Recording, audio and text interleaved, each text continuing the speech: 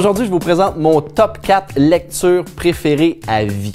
Et je dois vous avouer que ça a été quand même un grand défi pour moi parce que depuis les 10 dernières années, j'ai lu plusieurs centaines de livres et en trouver seulement 4 qui allaient faire l'affaire, c'était tout un défi. Mais bon, je me suis arrangé pour que tout le monde y trouve son compte en sélectionnant 2 livres style roman d'inspiration et 2 autres livres de style croissance personnelle.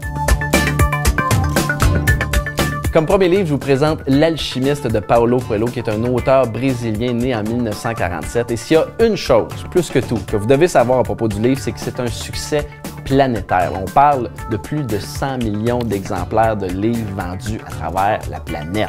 Et la raison pour laquelle le livre a connu un si grand succès, c'est tout simplement parce qu'il est empreint d'une profondeur, d'une vibration qui lui est propre. Il nous enseigne à décoder le langage de l'univers, à comprendre notre légende personnelle, comme le dit si bien l'auteur.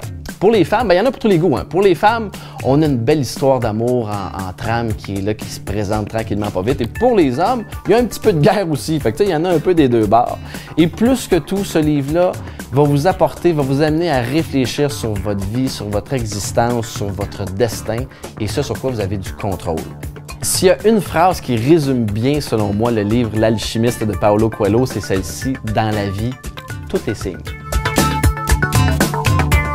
Ma deuxième proposition, c'est le livre L'éveil de votre puissance intérieure d'Anthony Robbins, ou, comme il aime bien se faire appeler, Tony Robbins. Et Tony Robbins, c'est un des plus grands conférenciers sur la planète. Puis le gars, il se spécialise dans les outils de la PNL, soit la programmation neurolinguistique. Son livre, d'ailleurs, c'est une vulgarisation et une application concrète sur le terrain des outils de la PNL. Donc, pour finalement, tous ceux qui sont aux prises avec des mauvaises habitudes ou des phobies ou qui veulent se libérer d'une grande souffrance ou surmonter une épreuve, avoir plus de motivation, trouver de l'inspiration, c'est le livre pour vous. D'ailleurs, on peut voir ici, c'est une brique. Vous allez en avoir pour votre argent. Et comme le dit si bien Tony Robbins, « The past does not equal the future », c'est-à-dire que le passé n'égale pas le futur. Troisième suggestion pour vous, c'est le livre Conversation avec Dieu de Neale Donald Walsch. Et la raison pour laquelle je tenais absolument à vous le suggérer, c'est parce que pour la seule fois de ma vie, en lisant un livre, j'ai eu l'impression d'être en communion, pour ne pas dire en conversation avec Dieu. Pour ceux qui se le demandent, Neale Donald Walsch, c'est pas un illuminé, c'est pas un gourou, c'est pas un grand penseur. En fait, c'est un ancien sans-abri qui, pendant des années, a erré dans les rues, puis ça allait mal son affaire, jusqu'au jour où il s'est fâché, puis il a pris un papier et un crayon. Et la première chose qu'il a écrit, c'est « Comment ça se fait que ma vie elle va aussi mal et qu'est-ce que je peux faire pour la changer? » Et là, de nulle part, il a été envahi d'une inspiration divine et s'en est suivi une écriture pendant plusieurs mois et de là est sorti le livre Conversation avec Dieu, tome 1, tome 2 et tome 3. Plus que tout, s'il y a une chose que je peux vous dire, c'est que ce livre-là, il va vous inspirer, il va vous faire vibrer. Moi, il a changé ma vie. S'il y a une phrase, une citation dans le livre qui fait vraiment du bien et qui résume le livre, c'est celle-ci. Donc, appelle-moi, où que tu sois, et chaque fois que tu seras séparé de la paix que je suis, je serai là.